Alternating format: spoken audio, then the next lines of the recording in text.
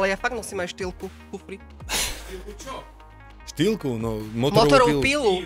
No, kolkatku. To ja neviem, len je to oranžové. Neviem, Je to netuším. oranžové. Je to oranžové. Tak odpalíme si ďalšiu časť našich slávnych podcastov.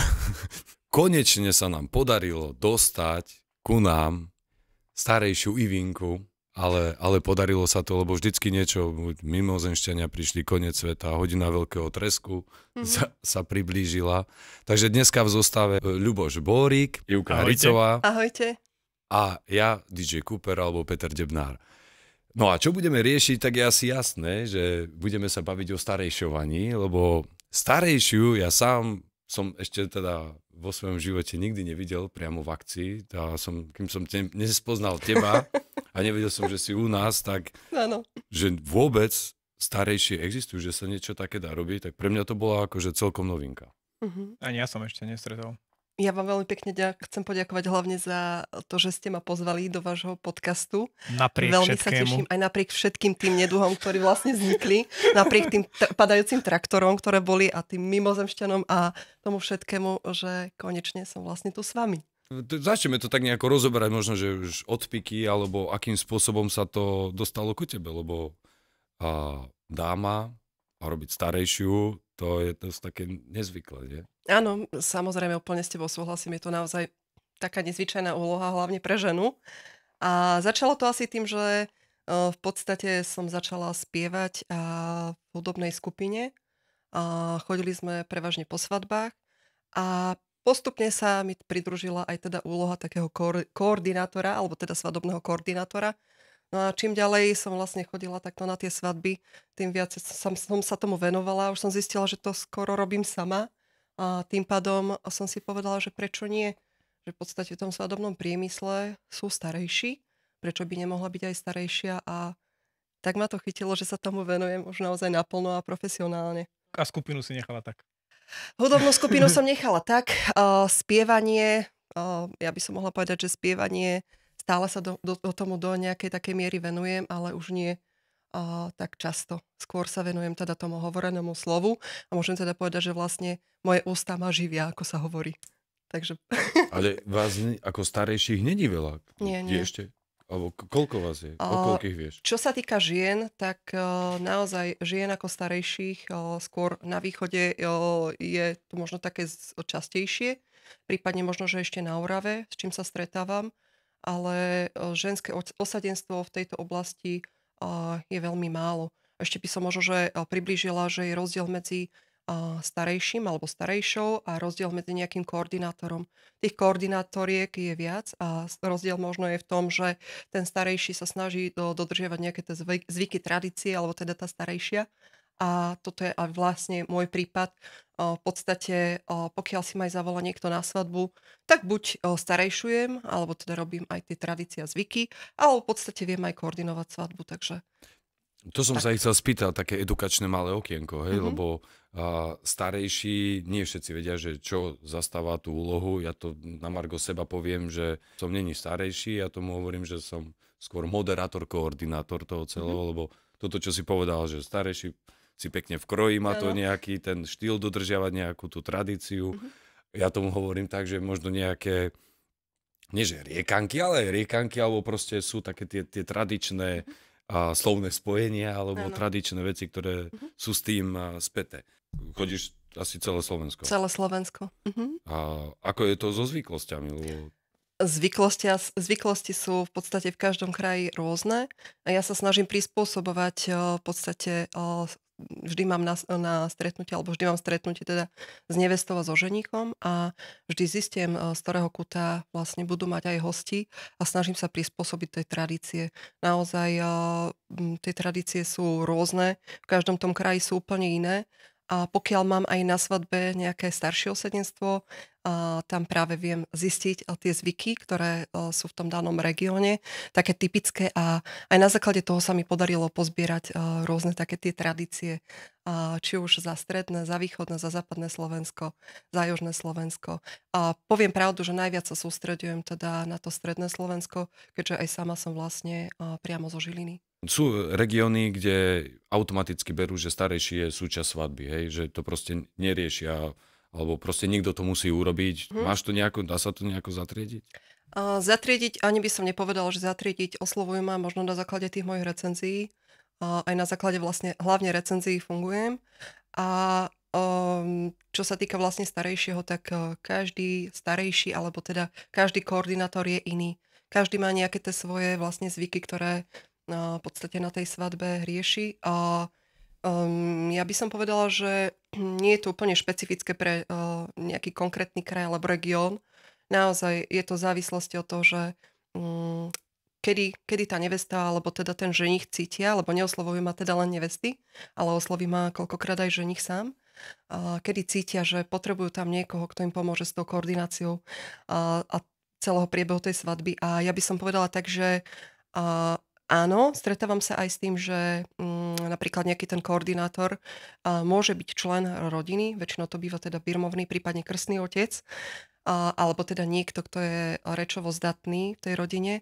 Ale ako si teda správne spomenul, nie všetci takíto ľudia, ktorí sú aj v rámci tej rodiny, majú už tie skúsenosti. Ja som tie skúsenosti naozaj počas tých viac ako 10 rokov sa tomu venujem, už zozbierala, venujem sa tomu profesionálne, s tým, že riešim aj rôzne krízové situácie, na ktoré častokrát ten člen rodiny nemusí vedieť reagovať. Takže aj na základe toho určite odporúčam tej neveste a tomu ženichovi, aby si takéhoto svadobného organizátora alebo koordinátora na tú svadbu zabezpečili, pretože budú mať o starosť menej a vedia sa samozrejme potom na toho človeka spolahnuť. Dôležité je, čo odporúčam, si zistiť dopredu, ale potom samozrejme tie recenzie alebo možno na základe nejakých tých odporúčaní.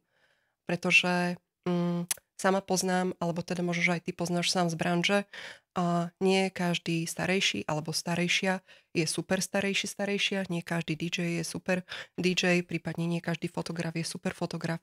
Čiže určite je dobré mať overené recenzie a na základe toho potom ísť. Toto sme obmínali už veľakrát, aj sme sa o tomto bavili, že na základe čoho vyberať a podobne. Jedna vec je štýl roboty, čo je samozrejme, hej, že ako profesionál už musíš garantovať, že istú úroveň, hej, ktorá je istá, že takýmto spôsobom toto vieš zabezpečiť, toto vieš, že proste vieš zvládnuť ako fotograf, hej, že výstup musí byť taký, pri kamere musí byť nejaký výstup, ale že či je presne niekto dobrý alebo nie, lebo v dnešnej dobe, keď má niekto premakaný marketing a má to urobené proste reklamne nadštandardne, nie vždycky to, a to asi aj na to narážaš, nie vždycky to korešponduje s finálnym výsledkom, lebo tie skúsenosti, všetci to poznáme zo svojich životov. Keď niečo robíme dlhšie a sa v tom snažíme zlepšovať, tak sme predsa len prúžnejší a vieme byť v tej danej situácii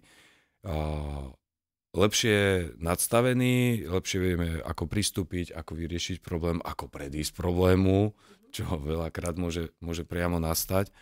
A preto my sme sa aj o tom bavili ešte teraz pred podcastom Cestou, keď sme išli sem, že mať niekoho, kto to skoordinuje, není dôležitý, a to si aj ty s tým súhlasila, není dôležitý počet ľudí. Niekto si myslí, starejší, až keď máme aspoň 100 hostí. Hej, do 100 hostí my to nejako zvládneme.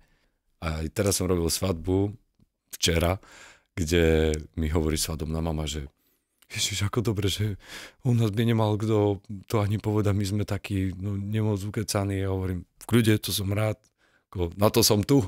Ja zase musím dávať pozor, aby som veľa nerozprával. Presne tak je to dôležité, lebo naozaj je to jedno, že či tam máš 10 ľudí na svadbe, alebo máš 200 ľudí. Zažila som si svadbu aj s menším počtom hostí, aj s väčším počtom hostí. A v podstate je tam dôležité hlavne vedieť ukoordinovať celý ten priebeh tej svadby, dať tomu nejakú tú šťavu, aby toho nebolo veľa, aby toho na druhej strane zase nebolo málo, aby to malo taký ten prirodzený priebeh a v podstate tá spontánnosť, toto sa snažím aj ja. Dôležité je vlastne aj zosúladiť všetkých tých svadobných dodávateľov, ktorí sú na svadbe, aby to medzi nami fungovalo, a preto za mňa je dôležité, aby vlastne na tej svadbe boli tí profesionáli, ktorí sa tej svojej práci rozumejú, a niekedy je možno naozaj dobré si vybrať práve toho profesionála. A aby som sa dostala ja do obrazu, zatiaľ som ticho, lebo dobre sa to počúva, ale vlastne vy ste teda dvaja, keď ste boli, že stredoslováci, tak vlastne u vás je na každej svadbe starejší. Štatisticky. No na každej, kde si ty, tak je starejší. Na každej, kde si ty, tak je koordinátor. Takže Tak. štatisticky sme nič nezistili. Ale teda Nie, je to často? Alebo ani nie? Lebo napríklad ja som z regiónu, kde by som povedal, že je to málo. Že je to jedna z 5 svadieb, alebo tak. Že nie je to, tuto nie je až takým zvykom a občas sa stane, že keď príde z iného regiónu starejší, ale tiež keď je nejaký taký viazaný na ten región, tak vlastne, že je to normálne nekompatibilné s tými ľuďmi, že tí ľudia na ňo pozerajú, že čo je. Ja som minule mal starejšieho, ten ani nebol zďaleka, on bol tiež niekde z juhu, alebo od Čamorína, alebo tak. A my sme sa nevedeli ani dohodnúť, lebo on niektoré veci inak volal. Ja som sa ho spýtal, že či pôjde hneď rodičovský tanec a on na mňa pozeral, že čo sme na Stužkovej? Pozerám, že čo ty to ako voláš? Áno. Však prvé kolo. A nejako to musí byť. Ja úplne rozumiem, o čom hovoríš, a práve preto mám vždy so svojím párom, vlastne, ktorý si ma vyberie, tak vždy mám s nimi aj stretnutie. Na základe toho stretnutia ja aj zistujem, že z akých možno z okolia budú pochádzať hostia, aby som sa snažil aj ten program vlastne zladiť. Robím aj medzinárodné svadby, to znamená, že pokiaľ tam mám, dajme tomu, niekoho z medzinárodného prostredia, to znamená, že snažím sa, dajme tomu, z tej strany ženícha skontaktovať s niekým, kto mi povie, že aké sú ten tradície, dajme tomu v Portugalsku, prípadne v Holandsku. Mala som aj sardínsku svadbu, americkú, austrálsku. Čiže naozaj tam je veľmi dôležité, ako si správne povedal, že ja potrebujem vedieť, aké sú tie zvyky. Častokrát tá svadba, dajme tomu, nemusí byť len z konkrétneho regiónu. Vieš, dajme tomu hostia zo strany nevesty. Poviem príklad, môžu byť z Oravského regiónu hostia zo strany ženíka, môžu byť z východu. Čiže tam je dôležité zapájať potom tradície aj z jednej, aj z druhej strany. A v podstate zladiť to tak, aby bol, ako sa hovorí, že aj vlk sitý a aj ovca celá. Čiže patríš tým starejším, ktorí sa vlastne zaoberajú tým, aby boli kompatibilní určite. s inými regiónmi. To je pre Lebo mňa to sa tiež skôr sa dôležité. stane, keď niekto chodí len tak okolo ako komína, hej, že chodí nejaké svoje mesto plus 20 kilometrov a potom, keď príde niekde inde, tak môže byť prekvapený z toho, že tam to funguje nejako ináč. Ale to je tá príprava. Áno. Tá presne. príprava je alfa omega. Práve povedať si, zistiť si, vieš presne do čoho ideš. Ten taký dobrý lobbying, Áno. aby boli spokojní, teda lebo toto, že robíš medzinárodné svadby, to je veľké plus, však zažívame to, hej, že A robíš proste... aj ty v angličtine? Alebo... Áno. Super. Už sa To chystá napríklad momentálne. Povedali, vieš, to je reklama.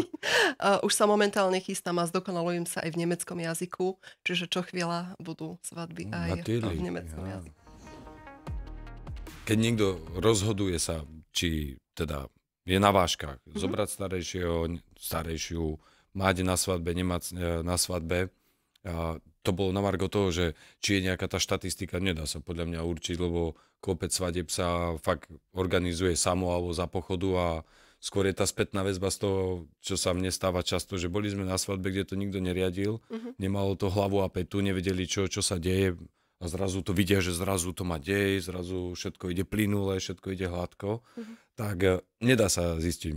Možno, že podľa môjho názoru je väčšia časť svadieb je taká, ktorá sa samoorganizuje, hej, že a keď tam je človek, alebo nie je žiadny človek, ktorý by to vedel ukočírovať, alebo aspoň dať tie informácie, alebo dopredu pripraviť, alebo aspoň niečo urobiť, tak je to väčšinou také, že oba alebo trop. Ako buď je to, že dobre, prižmuríme oko, alebo ťažká tragédia. Lebo pri viacerých ľuďoch už niekto musí predsa niečo takéto urobiť. Je veľa podnikov, kde je personál na takej úrovni, že vie vo veľa veciach pomôcť s organizáciou, s nasmerovaním, povedať, čo kedy pôjde v tom začiatočnom kockatom čase, ako mu ja hovorím, kde ešte všetci sa tak pozerajú po sebe, ešte sa to tak vyvíja.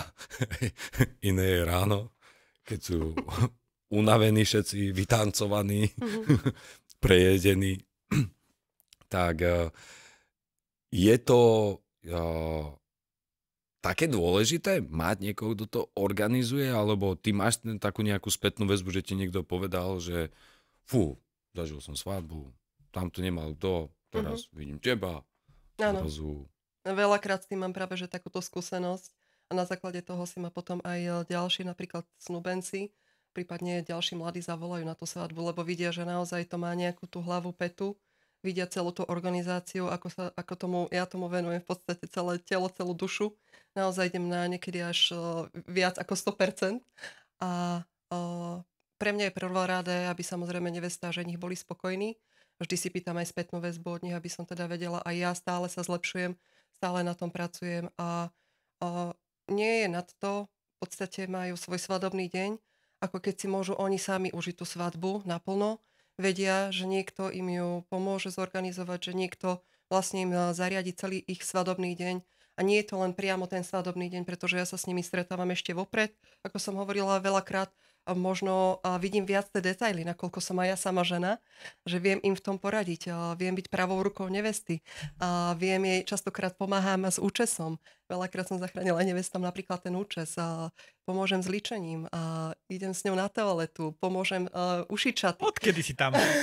Ja som skoro všade. Lebo ja tu a tam obliekam nevesty, keď má svadobná mama prvýkrát v živote golové nechty a nevie zapnúť gomby. Tam som sa ešte ale nedostal. Ale tam tú starejšiu ešte nestretol. Ani starejšieho. V mojom kufri v aute Keby naozaj nájdete takú výbavu, že mám tam od kufrika na vlasy, cez líčenie, vedečko, nájdete tam aj pílu napríklad a dokonca aj štýlku, hej, že ja tam mám fakt všetko. Lieky na bolesti hlavy. Pílku. Ja som máš taká pílku, Peťo? záchrana. Peťo má také akože rybárske kufriky. Hej. Ja tiež mám lekárničky, tomu hovoríme, technickú, takú všetko možné. Prídavné veci. Často dokupovaný sortiment sú zicherky. Áno. Zicherky. Veľmi často. No, to šítie a neviem... Svadobné papučky, lebo veľakrát aj tie dievčatá, tie družičky nemyslia na to, že dajú si krásne lodičky a potom, že bože, starejší, a teraz čo? Tak som naozaj taká, že záchrana a veľakrát oni sú až také prekvapené, že čo tom kufri všetko mám, že úplne, že multifunkčná. Včera totálne. na svadbe prvé kolo bolo také ľahké, hej, ale po druhom kole už bolo také, som sa usmieval, nezainteresovaný človek sa mohol na mňa tak pozerať, keď som videl presne baby, ktoré najprv v opätkoch behali. A zrazu klesli. Zrazu klesli a botasôčky všetky proste. No. A športovú obuv a pohodlnú športovú obuv. Takisto, a ja sa snažím byť takýmto spôsobom oporou a to je to veľké plus, že ty vieš predvídať, byť na to nachystaná, keď oni na niečo zabudnú a že sa v tomto môžu o teba oprieť a spoľahnúť sa. A to je tá vec, a ja mám s tým práve tú skúsenosť, kde oni povedia, že oplatí sa mať na to človeka, ktorý to celé zorganizuje, lebo ja to mám ako doplnok. Hej? Ja keď chcú, tak viem koordinovať to od začiatku celé. Aj odobierku robím všetko, akurát nie to tak tradične, ako to ty robíš. Mňa do kroja, okrem divadla, nenavlečie nikto, ja idem freestyle. Ale mal som aj ja spätnú väzbu, kde mi proste povedali, že, lebo je to príplatkové, hej, proste oni si zorganizujú kostol sami a podobne. A že, no, mohol si tam byť, lebo pokulhávalo to, hej. To je ako si mnohí myslia, stále si myslia, ale to zase nechcem škatulkovať, ale keď mám malú svadbu, keď nás je 15-20, tak proste si automaticky myslia, že aj DJ je lacnejšie, aj všetko je lacnejšie, lebo všetko bude menší náklad. Ale či tam aj ty máš 20 ľudí, alebo 120, alebo 150, to je jedno. To, že musíš zodvihnúť o 2 decibely hlas na to, aby ťa počuli ďalší 20 návrh, to nehrá žiadnu rolu. Hej? Ale robota je to stále tá istá, ten istý ansambel, ten istý čas a so všetkým. Ja som aj tento rok mal 12 ľuďovú svadbu, tak to poviem. Z toho som bol ja a fotografka. A našťastie mladí manželia vedeli, že proste to nehrá v tomto rolu. A tak to aj bolo. Večer prišlo 8 hostí a normálne do 3:30. To vynásobiť tých ľudí iba počtom, ale všetko to isté. Deto. Kompletne, presne so všetkým toto sedel. Neviem, prečo si to stále niektorí neuvedomujú. Hej? V podstate áno, ako si aj spomínal, tak pre nás je to vlastne jedno. Pre nás, čo je to najpodstatnejšie, aby sa jednoducho tí ľudia bavili, aby tam vznikla naozaj tá partia od tých ľudí a vždy si aj vytipujem pár jednotlivcov, na ktorých vidím, že áno, na týchto to môžem staviať a na základe toho vlastne aj prispôsobujem ten program, lebo v podstate aj tých svadobných hier je naozaj veľa. Niektoré, dajme tomu, jedna strana zo strany ženicha alebo zo strany nevesty pozná, druhá strana ju poznať nemusí a snažím sa to prispôsobiť tak, aby to bolo zase pre nich niečo nové, pre nich nejaké možno prekvapenie a aby sa naozaj bavili, aby to bolo niečo špecifické, aby na to v dobrom spomínali a pokiaľ tam, dajme tomu, takého starejšieho alebo koordinátora nemajú na tej svadbe, tak veľmi ťažko je ukočirovať vlastne všetkých tých hostí. Myslím si, že naozaj práve úlohou toho starejšieho je, aby sa všetci dobre cítili, aby bolo o všetkých postarané, aby sa všetci hostia na tej svadbe cítili dôležito a v podstate na záver zároveň aj dávajú tú spätnú väzbu tomu ženichovi a tej neveste a keďže mám aj toľko veľa recenzií, aj odporúčaní, tak myslím si, že naozaj to funguje a tá spokojnosť tam teda je. Dôležitú vec si povedala veľmi, tá spokojnosť a na to si aj ja veľmi uvedomujem a Ľuboš, ty to budeš mať deto, keď je dobrá atmosféra, nie sú problémy, mladomanželia v prvom rade, keď sú spokojní, lebo je to od nich, tak potom to ide ako taká vlna, hej, na tých všetkých ostatných. Lebo povedzme si, na svadbe sa stretnú rôzne vekové kategórie a rôzne, keď hudobne to zoberiem, každému sa páči niečo iné a každému sa páči niečo iné. Úplne. A teraz to s programom Deto, hej, niekomu tento pozná, pre ňo je to ošúchané, ďalší, to bolo milé, to bolo super, hej, a ďalší, to nebavilo a teraz to uhrať v tom takom, lebo vždycky to uhrávame na ten kompromis, vyhovieť čo najviac väčšine, ale s tým, že prihliadajúc v prvom rade presne, keď je príprava, bavíš sa s mladomanželmi, zisťuješ, vedia, tak vieš, presne na tomto si zakladajú, toto chcú, toto výsostne nechcú. Áno. Čo je veľmi dôležité, takže predpripravené. Je dobré, keď fakt je pri hocičom, hociakej činnosti, aktivite alebo niečo, keď je niečo treba urobiť, keď je pri tom človek, ktorý s tým má skúsenosť a stále platí pravidlo, nie sme tak bohatí, aby sme si dovoľovali lacné veci. Hej. A to aj počas celého dňa sa to deje, vieš, že ja keď mám fotiť nevesty, tak vidím, keď si oni nechajú viac roboty na sebe, že trebárs nemajú starejšieho, tak už musia rozmýšľať nad tým, čo kedy bude a ako to spravíme a ako keď vojdeme do sály, tak kto prvý niečo povie a toto nejak spravíme a stihneme aj rozdať darčeky ešte predtým, ako ľudia vojdu do sály a zrazu ona má 35 drobných úloh, akože všetky sú to úlohy, kde si povie, že to nejako zvládnem, že v pohode, hej, nič zásadné to nie je, len keď je toho veľa, tak tá nevesta je z toho potom nervózna. Presne tak a veľakrát sa mi stalo, že som mala, dajme tomu, aj svadobných hostí na svadbe a mala som od nich spätnú väzbu. Bože, keby sme ťa mali my na svadbe, na našej svadbe, tak by to bolo hneď iné. Ale keď sa budú vydávať naše deti alebo ženiť, tak určite tam budeš. Tak to až tak poteší. Naozaj, veľakrát tá svadba sú aj rôzne drobnosti, že na ktoré, dajme tomu, ten ženich, tá nevesta, prípadne tie svadobné maminy, svadobní otcinovia nemyslia. A ja som práve ten človek, ktorý si všíma takéto detaily. Ja som vo veľkej miere detailista aj puntičkár. Aj celkovo to stretnutie, ktoré so svojimi pármi mám, si naozaj veľmi detailne prechádzam. Čiže my si naozaj prechádzame všetko kompletne, vysvetľujem im a skôr im dávam možno aj nejaké také odporúčanie, že čo by som možno navrhla, prípadne im dávam viacero variant, nech sa sami rozhodnú, že aké majú oni predstavy. Pretože veľakrát možno oni majú nejakú svoju predstavu, ale keď zistia, ako to reálne bude vyzerať, tak sami aj pochopia, alebo aj mi aj povedia, že vieš čo, mala si pravdu a ideme to skúsiť radšej teda takto, ako si aj povedala. A vždy, keď ma aj nevesta vidí, keď už prídem, dajme tomu na tú odobierku, tak mi povie, že Bože Iváka, som rada, že ťa vidím, že už mi odľahol, alebo teda spadol mi kameň zo srdca, už viem, že proste to už budeš mať ty vo svojich rukách, takže viem, že sa môžem spoľahnúť. Ale ja fakt nosím aj štýlku, kufri. Štýlku čo? Štýlku? No, motorovú pilu. No, kolkatku. To ja neviem, len je to oranžové. Neviem, netuším. Je to oranžové.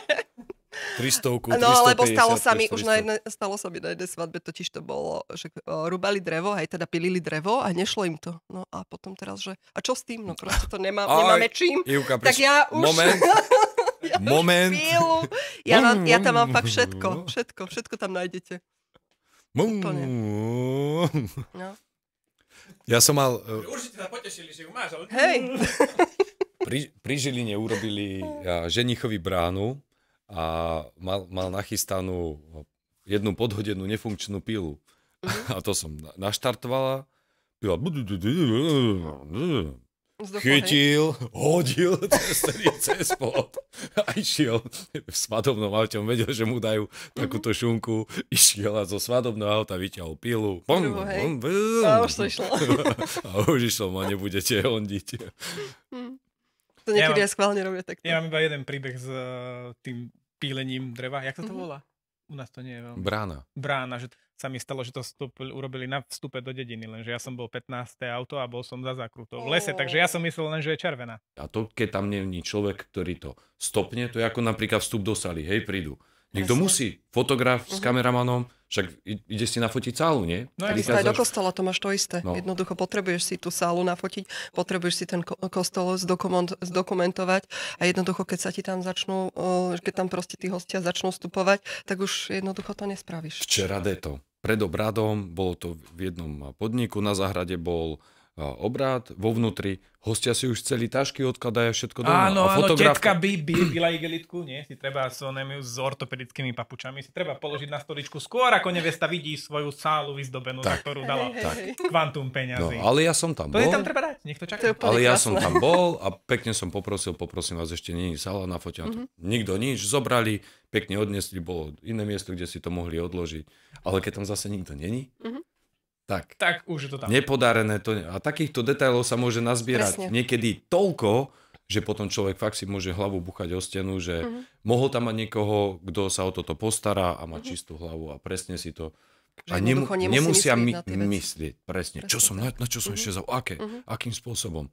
Čo všetko ešte robíš ako starejšia? Lebo ja sa stretávam napríklad, stretávam sa s tým, že... Ako ty môžeš robiť starejšieho DJ-a? Ako je to vôbec možné? Hovorím, no ako to je možné? No ja nechodím, ja neponúkam. Ako som bol na východe Slovenska, tam majú z rodiny, majú kvázi starejšieho a niekoho, kto sa stará aj o napoje a takéto veci obsluhuje. Toto ja nerobím, nie? Ja to moderujem, koordinujem a keď moderujem a koordinujem, tak predsa nehrám, nie? Takže plynule viem, keď dokecám, tak viem hrať, hej? A niektorým to nejde vôbec do hlavy. Ale keď ty robíš teda starejšiu, odmoderuješ programov, niečo urobíš, tak ide DJ hrať. Čo robíš tedy? Kavička? Tak. Ja v podstate, tak to by bolo super, ale to nie.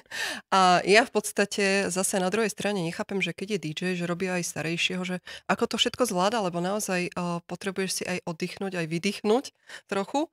A ja ako starejšia naozaj behám aj okolo tej nevesty, že snažím sa byť stále pri nej, snažím sa zisťovať, čím potrebuje pomôcť, takisto pri ženichovi. Zisťujem aj od tých hostí, že naozaj sa starám o nich. Čo sa týka vlastne, čoho robím, alebo čomu sa ja venujem, tak ako som hovorila, tá predpríprava svadobná je pre mňa dôležitá, aby teda tí novomanželia so mnou absolvovali, či už osobne, alebo online, podľa toho, že kde sa nachádzajú, či sú zo Slovenska, alebo zo zahraničia. Potom samozrejme s nimi robím už počas toho svadobného dňa celá tá koordinácia, že či už tá odobierkou sa zaoberám, v podstate koordinujem celý ten svadobný sprievod, potom pred kostolom alebo pred tým mestským úradom a sa snažím teda aj tie družičky koordinovať, lebo nie všetky družičky teda vedia, že čo majú robiť. Čiže aj toto je takou nejakou mojou náplňou práce. Koordinujem aj teda tých svadobných dodavateľov, či už kameramana, fotografa. Takisto koľkokrát aj som už spievala v kostole. Že čítam napríklad prvé čítanie. Vopred o tom? Vedela som vopred o tom, že ma nevesta poprosila, či by som vedela zaspievať v kostole, takže aj takéto niečo som robila. Okrem toho, samozrejme, celú tú koordináciu pred tou sálou, tie zvyky, tie tradície, ktoré zvyknú bývať, nie všetky reštaurácie to chcú robiť. Prípadne pred kultúrnym domom mám skúsenosti, že nemá to mať kto na starosti, tak zvyknem to robiť ja. Taktiež tie tradície, nie všetci poznajú tie tradície, tak aj vysvetlím, že vlastne prečo sa to robí, prečo sa kraja svadobná torta napríklad, príhovory. Samozrejme, najkrajšie je, keď má príhovor buď ženich nevesta, a prípadne niekto z rodiny, ale ako som spomínala, nie všetci sú rečovo zdatní a preto ma častokrát aj poprosia, že či ich viem v tomto smere zastúpiť. Čiže aj tie príhovory zvyknem robiť, prvý tanec, rodičovský tanec, kooperujem opäť pri tom fotení skupinovom, A potom sú tam rôzne tej svadobné hry, tých je strašne veľa. Robím rôzne animácie, že nie je to vyslovene len o svadobných hrách, ale aj o tých animáciách. Čiže aj nejaké tie tanečné vystúpenia. Je to naozaj také rôzne. Plus taktiež aj čepčenie, tým, že vlastne sa venujem spievaniu už od detstva, plus harmonika, čiže aj akordeón. Tento rok som si pribrala už aj akordeón, keďže ja som aj východená akordeonistka. Študovala som aj na zúške vlastne akordeón, harmoniku, čiže už aj takéto niečo som si pribrala, pretože mám k tomu veľmi blízko, len som bola trošku možno lenivá, aby som sa do tej harmoniky znova dostala. Čiže aj o tom to je. Ty robíš taký nadštandard toho celého. Keď ty nemáš na starosti hudobnú produkciu, popri tom ty dávaš väčší servis, ako si povedal, ženích, nevesta, celkovému dianiu, to, čo sa tam deje. To je to, na čo napríklad ja upozorňujem, hej. Lebo zase zoberme druhú stranu. DJ môže s prehľadom odmoderovať, dať tie základné informácie, akože základná taká koordinácia, ale samozrejme aj ja som obmedzený, hej. Keď hrám, tak ja nemám čas riešiť, či má nevesta to, či má to nachystané, alebo podobne. Riešila som napríklad ubytovanie, že nám zlyhalo ubytovanie, zabezpečovala som ubytovanie, riešim odvozy, dajme tomu hostí. Je tam veľa vecí, roztrhnú sa napríklad šaty neveste, ako som riešila aj tento rok. Čiže zašívali sme spolu šaty. Je tam strašne veľa vecí, ktoré sa dokážu v podstate pokašľať, ako sa hovorí, a ja ich musím nejakým spôsobom zabezpečiť, aby to ďalej fungovalo, aby si nikto nič nevšimol. A tak to sa, rieši sa veľa vecí, tak ako ty, keď už teraz pridáš akordeón a niektorí tiež som videl starejšieho, že mu povedali, že pred kostolom potom dávaj pozor, aby ľudia neodchádzali. Ale zároveň on mal hrať na akordeóne. Keď sa gratulovalo, tak teraz hral a teraz čo budem robiť? Odchádzajte, budeme sa fotiť. Čo spraví? A tam za kostolom vpravo. Ale naozaj, ono sa to nezdá, ale my sme také ako keby multifunkčné postavičky počas tej svadby, pretože my riešime častokrát aj také veci, že ktoré možno niekedy ostatní nevidia. Tu by som možno že doplnila, že pre mňa je práve že dôležité, aby sa tí hostia dobre bavili a niekedy viac je menej. Nesnažím sa robiť ten program tak, aby to bolo vyslovene o tom, že naozaj idem striktne ten program a tí ľudia sú na svadbe hlavne prišli kvôli tomu, aby si zatancovali, aby si vypili, aby zjedli to jedlo, aby sa dobre bavili, aby sa cítili, aby sa mohli aj porozprávať. A nie je to o tom, že naozaj tam nasýkam nejaký ten program, aby to išlo presne striktne, čo možno by som chcela aj ďalším budúcim nevestám odporučiť, že aby si neplánovali ten program vyslovene do nejakej minúty, pretože ono to naozaj na tej svadbe tak nefunguje. Tam veľakrát sú rôzne situácie nepredvídateľné, ktorých súčasťou som ja. Snažím sa naozaj, aby to šlapalo, ale nie všetko sa dá úplne presne do nejakej možno až minúty načasovať. Takže práve preto možno odporúčam hlavne nevestám, že nevesty, prosím, užite si ten svadobný deň a bez ohľadu na to, aká situácia sa naskytne, alebo čo príde, aká situácia, a snažte sa byť hlavne so svojím nastávajúcim, pretože vždy vás budú na tú svoju stranu volať, či už dievčatá nevestu, alebo chlapi zase ženicha. Snažte sa byť hlavne vy dvaja spolu, aby ste si užili čo najkrajšie váš svadobný deň, aby ste z toho mali tie také vaše zážitky. A možno preto sa tomu aj venujem, že naozaj som predsa len žena a ten vzťah vlastne tej ženy k tej žene, alebo teda aj k tomu ženichovi je možno, že o niečo iný, ako keď robí starejšieho muž. A my ženy sme také väčšie detailistky a skúste ma ukecať. Asi aj vidíte, že ja som veľmi hovorovo, možno aj zdatný človek, som veľmi komunikatívna, veľmi rada spievam.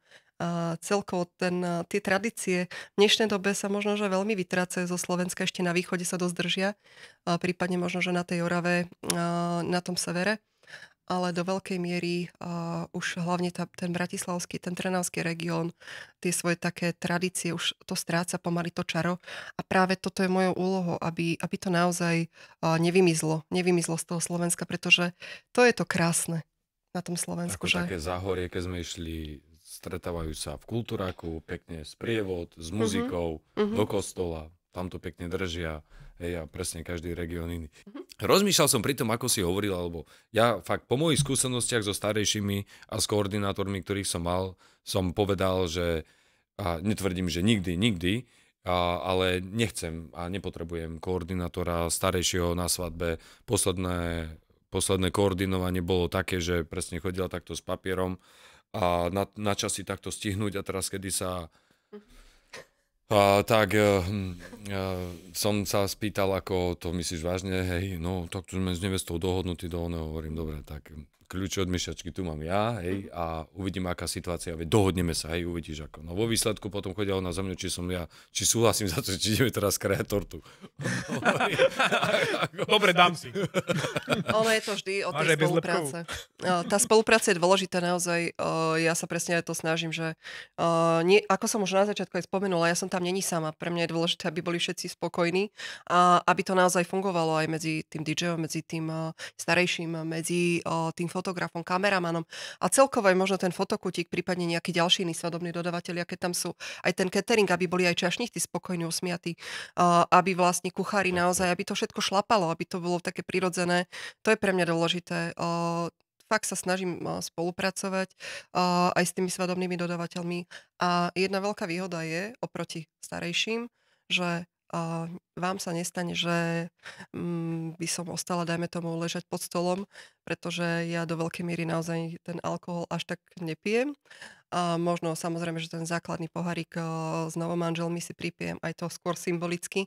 Čiže toto je napríklad taká výhoda u mňa, že ja sa vám na svadbe neopijem. Ty prídeš vlastným autom? Áno, vlastným autom. To je veľký upgrade.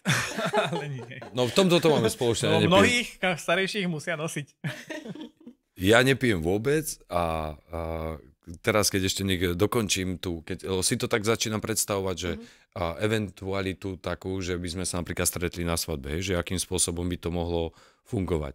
Viac očí viac vidí a keby sme boli dvaja na takú svadbu, tak keď ja by som niečo robil, ty vidíš napríklad, venuješ sa niečomu, vidíš, čo sa niečo iné deje, v podstate by sme boli tak skúsenosťami v presilovke, by sa to dalo povedať. Ešte lepšie je, aj to sa stáva sem tam, že keď súčasne ako sparring moderovanie, hej, že proste doplňanie, tak v takom prípade, keď sa vieme dohodnúť, nemám s tým problém. Nie je nič krajšie, ako keď funguje chémia medzi DJom a starejším. To naozaj šlape a to potom aj vidno a tí hostia sa ešte o to viac bavia. Tak ja budem rád možno, že vďaka tomuto podcastu sa možno niekde stretneme na svadbe a máte sa na čo tešiť. Bude to zabíjačka. V dobrom slova zmysle, hej? Dvojotopánok. Pitný režim, to ja štandardne pripomínam, aby nám tam nikto neodpadol. Tak. A za tých 10 rokov máš pocit, že sú svadby nejaké iné? Ako boli? Môžem povedať, že už tie tradície sa dosť tak vytrácajú. Že jednoducho tí mladí už tie tradície tak nepoznajú, ale vždy, ako sme sa aj na začiatku rozprávali, sú tie svadby aj o staršom osadenstve. Práve na základe toho, aj keď mám stretnutie s tými novomanželmi, teda s tými snúbencami, tak aj zistujem, že aký tam bude zhruba priemer tých hostí. A aj na základe toho mne sa podarilo vlastne vždy si tých starších ľudí možno nejakým spôsobom získať a spoznať aj tie tradície, ktoré oni, dajme tomu, mali, kedy si možno, že za ich, ako sa hovorí, mládi. A ja sa snažím tie tradície stále posúvať ďalej a ďalej.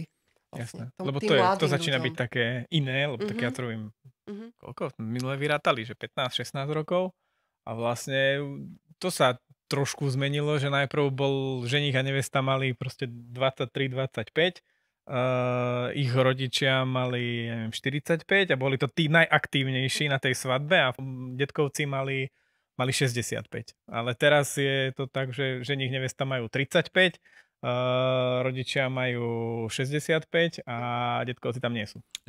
Je to, ako mení sa to, isto sa to mení. Aj teraz som mal svadby, kde bola to staršia generácia, nebolo to moc o nejakom extra tancovaní. To bolo to, čo som aj myslel, že to nebolo to, ale bolo to o príjemnom posedení. Aj zatancovali, aj niečo na okuk bolo, nejaký ten program, bolo to také príjemné posedenie. To by som chcel veľmi povedať, lebo toto je veľmi často opakovaná, aj sa na túto tému rozprávame, že korona, hej, ľudia sa zmenili a neviem čo, že či je niečo nové, nie. Tí, čo sa vedeli baviť, sa vedia baviť aj teraz. Aj teraz, presne. To súhlasím úplne. Tam sa nič nezmenilo. Čo sa zmenilo pri mladých?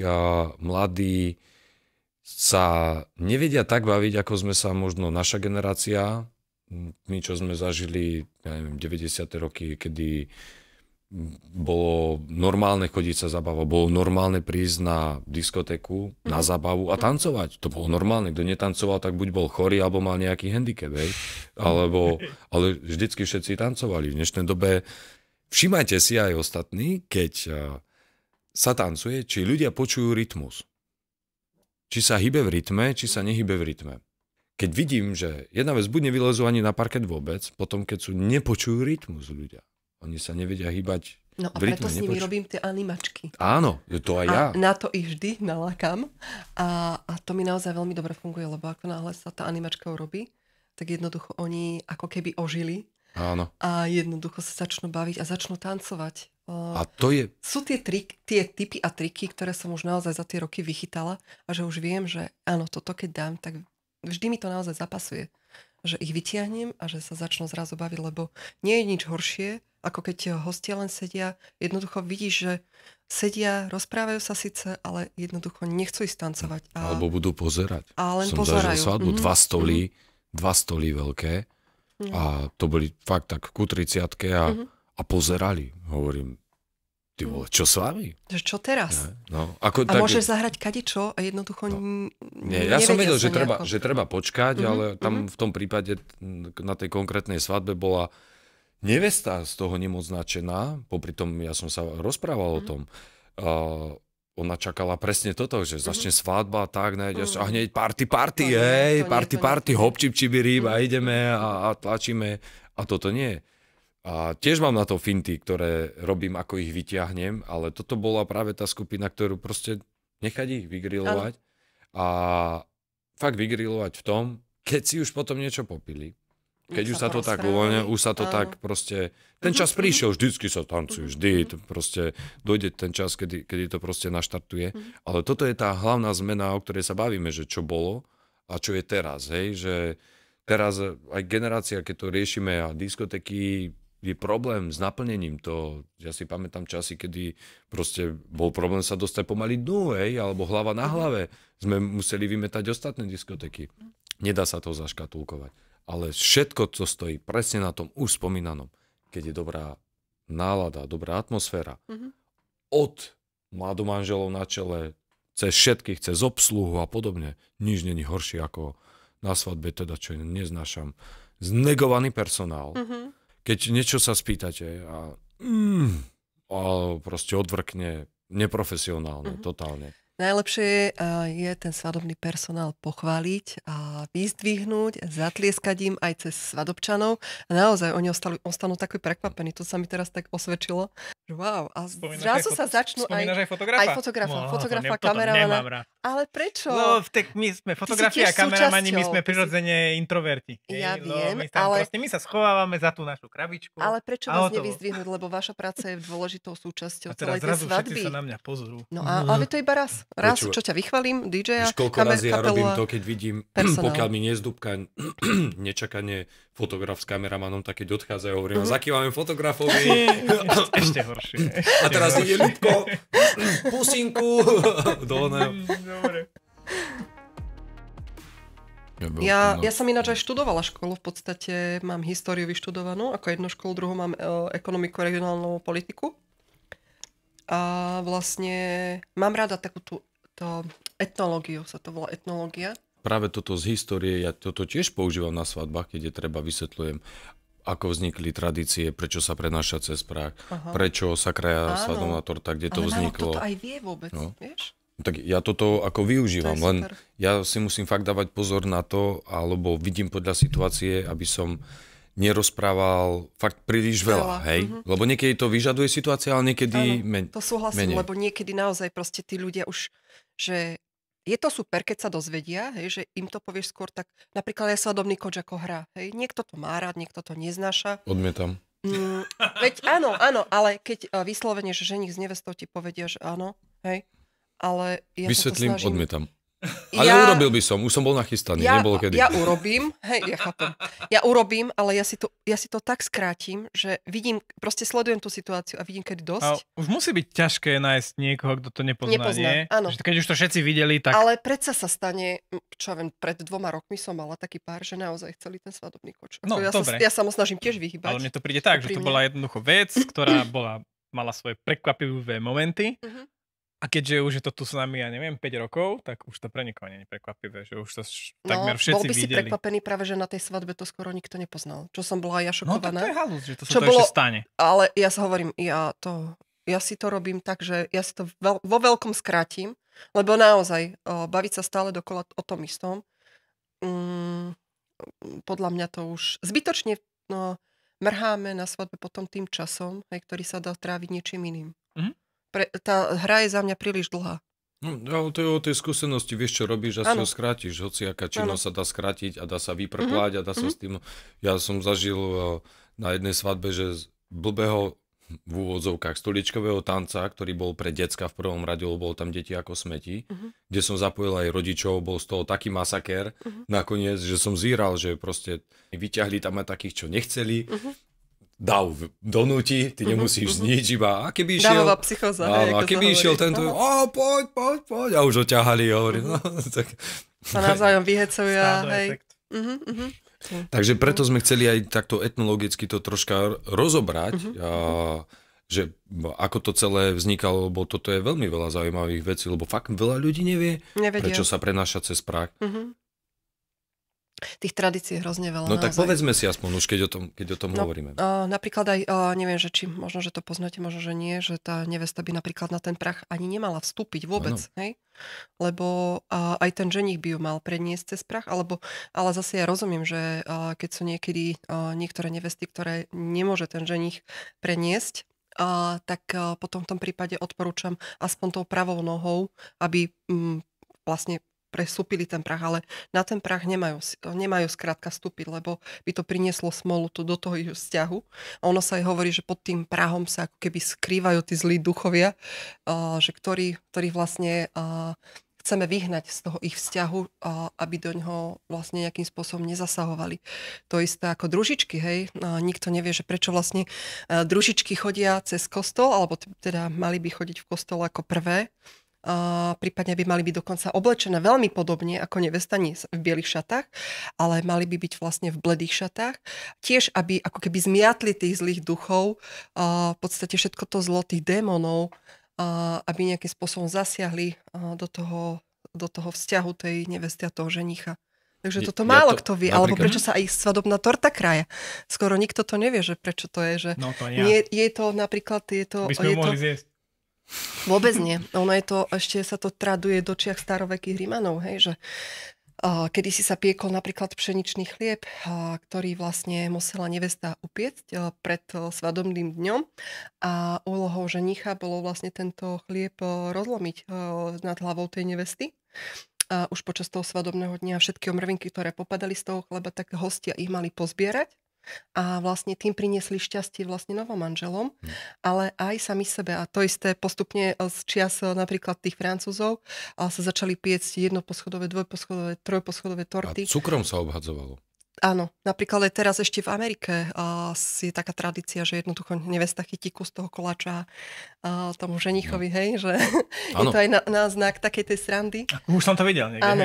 A mne sa to stalo dokonca aj na slovenskej svadbe. A ženich bol taký zlatý, hovorí, že či ma neveste tiež, vieš, z tej torty dať po tvári. Ale len to nie, však mám make-up, môj zlatko. Tak sme sa na tom tak smiali, že no. Na tento prach, ja by som to možno doplnil, lebo toto je tiež aj regionálne, ja to mám z jedného skanzenu, kde kedysi to bolo, však žilo sa tak typicky, predsa ženích privádzal svoju ženu do rodičovského domu, kým nepostavili svoj dom. Takže prinášali ju, a to boli niekoľko generačné predsa domy, kde sa žilo dlho, hej, to nie ako teraz, že vyrastá dom za domom, tak aby neurazil presne duchov predkov, tak kvôli tomu prechádzal cez prach. A nevesta, keď chcela dať práve najavo, že a teraz tu ma máte, tak ju zbuchla petou po tom prahu, aby dala znať, že som tu už ja a proste sa takým nejakým spôsobom uviedla. Tak toto bolo na prenášanie cez prach. A k tej torte, áno, prišlo to Francúzi, keď sa začalo kšeftovať, obchodovať vo veľkom s cukrom a podobne, tak sa s cukrom obhadzovali doslova, bola to komodita, veľká komodita, zmenilo sa to na torty a podobné veci. Presne sa aj obhadzovali sladkými, až emancipácia, nová doba a podobne zmenilo to. To bolo ešte tak 100 rokov dozadu, kedy teda najprv žena mala rozkrojiť tortu, ako ten prvý kúsok. Potom to začali robiť už spolu, to je od nejakých 60 rokov, aby spolupracovali. Že už je to také rovnocenné. A vieš o tom, že muž má mať ruku hore? Lebo je to kvôli tomu, že vlastne muž má byť tá hlava v tej rodine a práve preto on má mať tú ruku hore na tej ruke tej nevesty a tedy vlastne spolu robia ako keby ten rez spoločný. Ja robím a podľa situácie opisujem aj pri polievke. Ako ja sa smejem nad tým, že nabere lyžicu a bum mu do úz. Nepofúkala mu to. Vôbec na ňo nemyslím. To bude veselé toto. A s týmto presne nožikom, že kde krajeť, ako ho kto chytí, áno. Tak by to po správnosti malo byť, žena chytí, muž je prakticky vedie je jeho oporou a podobne. On je tá hlava, tá sila tej rodiny. Ale vieš, ako sa hovorí, že tá žena je aj tak krkom tej hlavy. Ja som mal iný problém so sviečkou. Donesli v misiach na tento mäso. Nie, práve že bolo dostatok toho. Lenže hodinu a pol nikto nechcel tancovať. Takí boli obietení. Najedení, hej. Dali jedno kontaktné kolo a som kledlíky. Nie, to, keď je v podstate na svadbe klasika, rezeň, panenka. Panenku predpokladám, že aj vy najčastejšie. Panenka skákavá, áno. Ja som mal som to už na viacerých svadbách, čo sa mi veľmi páči. Nech si dajú spoločnú polievku, klasicky presne, aj svadobná polievka, nazvime to tak troška tradične. Ktorá je vždy malo slaná. Áno, treba ju soliť a veľa soliť a z každej strany, ale bola polievka a bufetové stoly. Celý večer. Hej? Krása. Tiež dobré. Krása. Každý si zoberie, koľko chce. Ale akože je to ťažké vyberať si jedlo na svadbu. Určite, ja sa vždy teším, keď je proste... Keď to risknú, lebo mne sa to páči, že mal som brutálne proste líčka, hovädzie, ale jasné, že tým deťom je to, že divné, alebo tak. Ale aj tá panenka, akože za mňa... Každý má rád niečo iné.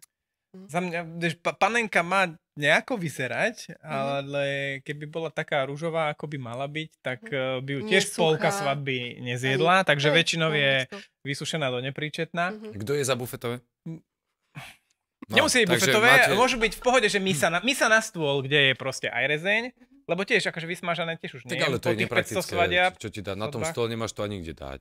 Ale musíš mať veľký stôl. Čo samozrejme, my sme vždy najmenší stôl, lebo sme tam ja, kameraman, DJ, ale dostaneme takú istú misu, jak tie ostatné stoly, kde je ich 10. Takže ja som spoko. Už keď hovoríš o tom sedení, ja by som veľmi pekne chcela poprosiť všetky nevesty, že my ako svadobní vlastne dodavatelia, aby sme mali sedieť osve. Ja viem, že niektoré nevesty veľmi pekne chcú výsť ústrety vlastne nám ako svadobným dodávateľom, že sa snažia nás posadiť k hosťom, ale v podstate my tým, že sa potrebujeme koľkokrát rozprávať aj vlastne o tých našich veciach, je ideálne, keď naozaj sedíme fotograf, kameraman, DJ, kapela, starejšia, v podstate spolu. Áno. Ja ti budem protirečiť.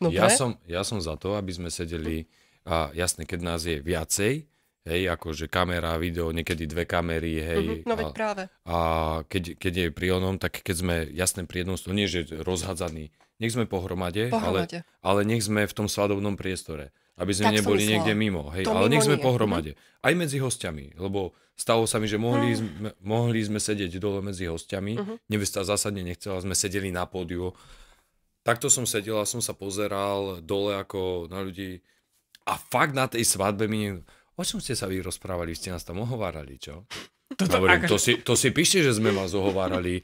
Je dobré, keď sme medzi hostiami, jasné, že nech pohromade, ale zase nech to není proste skryté. Sme si cudzí, ale sme súčasť tej svadby. Súčasťou. Ja som myslela tak, že samozrejme v tej miestnosti, aby sme boli, lebo nie je nič horšie, ako keď ja v podstate ako starejšia som posadená možno v inej miestnosti, kde nevidím naozaj ani na tých svadobných hostí, ani na tých na tých novomanželov, že naozaj neviem, že čo sa deje. Skôr som to myslela tak, že v podstate my sa potrebujeme aj rozložiť, máme veľa rôzneho náradia, prípadne kameramani majú rôzne tašky a my si to potrebujeme niekde možno nejakým spôsobom dať a mať to po ruke, aby sme naozaj vedeli byť veľmi flexibilní. A v tomto prípade, pokiaľ sedíme pri tom hlavnom stole a aj s tými hostiami, je to veľmi náročné, keď máme v podstate aj celé to svoje náčinie úplne niekde mimo. Tak aj ja si na niektorých svadbách si rozkladám notebook a proste je blbé, keď som vyslovene na stole s inými hostiami, ale stačí mi, že byť niekde v rohu pichnutý. Ale akože ja mám rád, aj keď som, ako si spomínal, že kvázi mi môže, že hore na pódiu, ale potom tak niekde bokom, že za oponou zvykneme byť, ale presne nedávno som bol na svadbe, kde som vošiel do sály a tam to bolo rozložené, ale to bolo ako posledná večera, že proste dlhý stôl a nikto nebol chrbtom. My sme všetci takto sedeli a pozerali sme sa na ľudí. Maximálne na konci bol niekto, kto sa pozeral tadiaľto. Zasadnutie ešte. To vyzeralo, vieš, že im to tam, tie story tam podľa mňa zostali z nejakého diskusného predstavenia, alebo z nejakých, alebo neviem, z mestského zastupiteľstva. A proste takto tam nechali, takto tam obložili a my sme to tam takto pozerali na ľudí, že čo, ešte chvála Bohu, aspoň DJ sa pred nami rozložil, že nás nebolo úplne vidieť, ale aj tak to bolo veľmi vtipné, že keď mi priniesli jedlo, hovorím, ja to mám teraz jesť, čo, aspoň zhasnite, radšej budem jesť po tme. Myslím, že by sme mali o čom rozprávať. Je to naozaj nadlho, hlavne čo sa týka tých tradícií a zvykov. Ešte keď v podstate každý kraj má iný mráv, hej, ako sa hovorí. Už keď si aj spomenul to čepčenie, niekde je redový tanec, niekde je vyberanie do vienka, niekde je to venčekový tanec, niekde je to tanec v bielých šatách, takže a niekde naozaj... sa aj odčepčuje a niekde začepčuje. Niekde sa vôbec, áno, odčepčuje, začepčuje. Zametaj. Áno, prípadne niekde sa vôbec nechce. Takže je to fakt veľmi individuálne a napríklad mne sa veľmi páči, keď sa novomanželia pred polnocou aj prezliekajú do toho kroja, že je to také pekné, je to tradičné. Ja viem, že to zase niekedy na druhú stranu dlhšie trvá, ale je to naozaj také niečo iné. Takisto, ako si spomenul, aj tie folklórne súbory. No nie je folklórny súbor naozaj ako folklórny súbor. Tiež som sa stretla už s viacerými. S niektorými sa stretávam teda častejšie. Ale stretla som sa napríklad aj vyslovene s takým netradičným čepčením, kde vyslovene je to bez nejakého teda hovoreného slova, že len teda dievčatá tancujú, je to niečo na spôsob baletu. Čiže aj, vieme, sú aj asi jediné, ktoré to takto robia. Aj takéto niečo vlastne môže byť, hej, že každý má iný pohľad na tú svadbu, každý chce inú tú svadbu, chce ju výnimočnú a na základe toho vlastne sa aj snažím prispôsobiť v podstate všetky tie zvyky a tie tradície. Pre nás je najdôležitejšie na tej svadbe v podstate byť v tej komunite tých profesionálov, lebo pokiaľ pracujeme naozaj spoločne, že si rozumieme medzi sebou, že fungujeme medzi nami tá chémia, jednoducho tá spolupráca, tá kooperácia tam je perfektná, tak potom to nie je o čom. Nie je horšie, keď máte na svadbe, dajme tomu niekoho, kto sa tej práci nerozumie, alebo jednoducho, kto tú techniku nemá správne nastavenú, alebo nevie správne ozvučiť tú sálu, alebo nevie, akým spôsobom fotiť. Jednoducho je to najhoršie, čo môže byť. Zažil som tak. Vytipovaný fotograf, kameraman vedeli, že je z oného, to bolo od nás aj zo skupiny, proste stretli sme sa tam, všetko hralo, vedeli sme tak, zladiť. Ale to naozaj to aj vidno, jednoducho, keď tí dodavatelia sú zohratí. To vidno aj na tých svadobčanov, že to tak vnímajú inak, hej, ako keď proste tá spolupráca tam nefunguje, keď máš nejakého fotografa, ktorý základné veci, napríklad, že má odfotiť, dajme tomu hostí pred kostolom, ako náhle skončia gratulácia, keď ten fotograf odíde, hej, a že tam neostane, že neodfotí, hej. A stalo sa aj mne také niečo, že nakoniec som fotila na telefón hej. Bohužiaľ, no, stane sa. Proste každý sa rád pozrie na tých profikov, keď to ide tak od ruky a ide to zrazu hladko, plynulo. To je... Aj nám sa to dobre počúva, lebo je vidieť, je to také potvrdenie toho, že dobre robíme, čo robíme. A pre tých ľudí je to takisto zážitok vidieť profika v praxi, ako to celé funguje. Ale každý si musí vybrať tak, ako uzná za vhodné. Ja by som takýmto spôsobom, takouto bodkou chcem poďakovať Ivke Hricovej, starejšej. Ďakujem veľmi pekne že sa tu... za pozvanie. Ja by som možno ešte doplnila, pokiaľ by ma niekto chcel vidieť, tak akurát budúci týždeň v nedeľu v podstate budem na svadobnej výstave. Nie, nepoznám. Takže pred 2 mesiacmi a 6 dňami bola na svadobnej výstave. Aha, dobre, no tak potom... Ale na ďalších. Na ďalších. Zúčastňujem sa aj na svadobné výstavy, takže ak by ma niekto chcel vidieť, tak aj moderujem svadobné výstavy, aj sa ich zúčastňujem a stále som v nejakom tom dianí svadobnom, takže...